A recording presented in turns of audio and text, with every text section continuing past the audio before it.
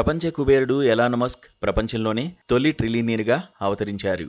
అతని వ్యక్తిగత సంపద ఇప్పుడు $1,00,000 కోట్ల లేదా సుమారు 100 లక్షల కోట్ల రూపాయలకు పైగా సంపదకు సమానం.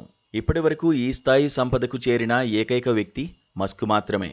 మస్క్కు చెందిన అంతరిక్ష పరిశోధనా సంస్థ స్పేస్-ఎక్స్ వాల్ స్ట్రీట్ స్టాక్ మార్కెట్లో కొత్త చరిత్ర సృష్టించింది.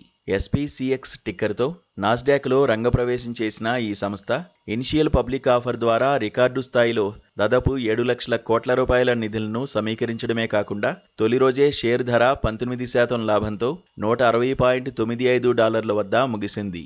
ఈ భారీ జంప్తో స్పేస్-ఎక్స్ మార్కెట్ విలువ $2.1 ట్రిలియన్ చేరడంతో అమెరికాలోనే 6వ అత్యంత విలువైన లిస్టెడ్ కంపెనీగా ఆవిర్భవించింది.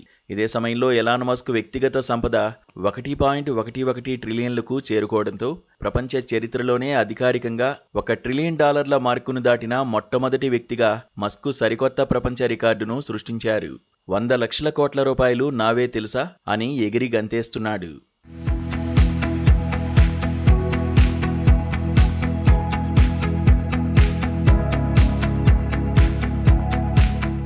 బ్లూంబెర్గ్ బిలియనీర్స్ ఇండెక్స్ ప్రకారం ఎలాన్ మస్క్ ఒక్కడి సంపదే ఇప్పుడు ప్రపంచంలోని తర్వాతి 4 అగ్ర కుబేరులైన Jeff Bezos, Larry Page, Sergey Brin, Larry ఎల్లిసన్ల ఉమ్మడి ఆస్తుల విలువ కంటే ఎక్కువగా $1.11 ట్రిలియన్లుగా ఉండడం విశేషం. స్పేస్-ఎక్స్ సంస్థ 2025వ సంవత్సరానికి గాను 18.67 బిలియన్ల ఆదాయాన్ని ఆర్జించినప్పటికీ 4.94 బిలియన్ల నికర నష్టాన్ని చవిచూసింది. కృత్రిమ మేధస్సు రంగాల్లో ఈ కంపెనీకి ఉన్న ఉజ్వల భవిష్యత్తుపై నమ్మకంతో ఇన్వెస్టర్లు మొదటి రోజే 50 కోట్లకు పైగా షేర్లను ట్రేడ్ చేశారు.